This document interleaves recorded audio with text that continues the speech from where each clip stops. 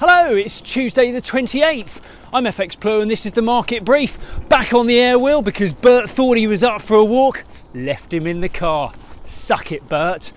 But anyway, the MPC, they had a meeting last week and there was a bit of a shift in the bank's view on inflation. They still voted for a 25 basis point rate hike, which made it 11 hikes in a row now, and that took the base rate to a 14-year high at 4.25%. But now they expect inflation to drop close to their 2% target by the end of Q3. The quarterly economic review will be published today, and that should suggest the inflation target will be reached by the autumn. So while the MPC is expected to remain data driven, the market expects maybe one more rate hike on May the 11th, and rates will peak at 4.5%. The outlook for GDP growth has also improved, where previously the economy was forecast to contract by around 1%. We've now got anything up to about 0.5% growth on the cards. Bravo indeed. That wouldn't be too bad.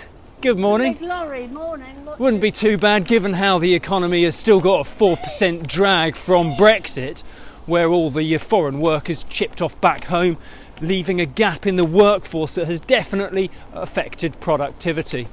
Now, over in the US, the odds on a recession dropped from about 60% at the start of the year to around 30%, and that soft landing was looking more and more likely. But that was before the liquidity crisis, the bank failures, and the bailouts that were definitely not bailouts. Nevertheless, Powell and Yellen, put my teeth in, they've both been on, and they've been talking up the US banking system, the robustness of the financial system, and the overall strength of the US economy. That's as Yellen continues to reject calls from the Biden administration to cover all deposits within the US banks, not just those up to $250,000. In the market, the dollar is being driven by two main drivers right now. The interest rate outlook and the rate tightening cycle coming to an end would logically dampen dollar demand. But the uncertainty in the banking sector drives risk aversion, which typically sees more dollar buyers. So net, the dollar index has been pretty flat.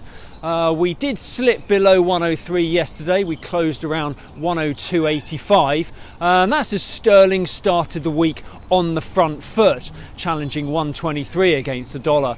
We opened this morning around 123.20 against the dollar, 113.90 against euro, and euro dollar is around 108.15 this morning. Right, I better cap this off before I get squished by a dust cart. See you later. If you do not have a clue, then just tweet through and ask FxPlew.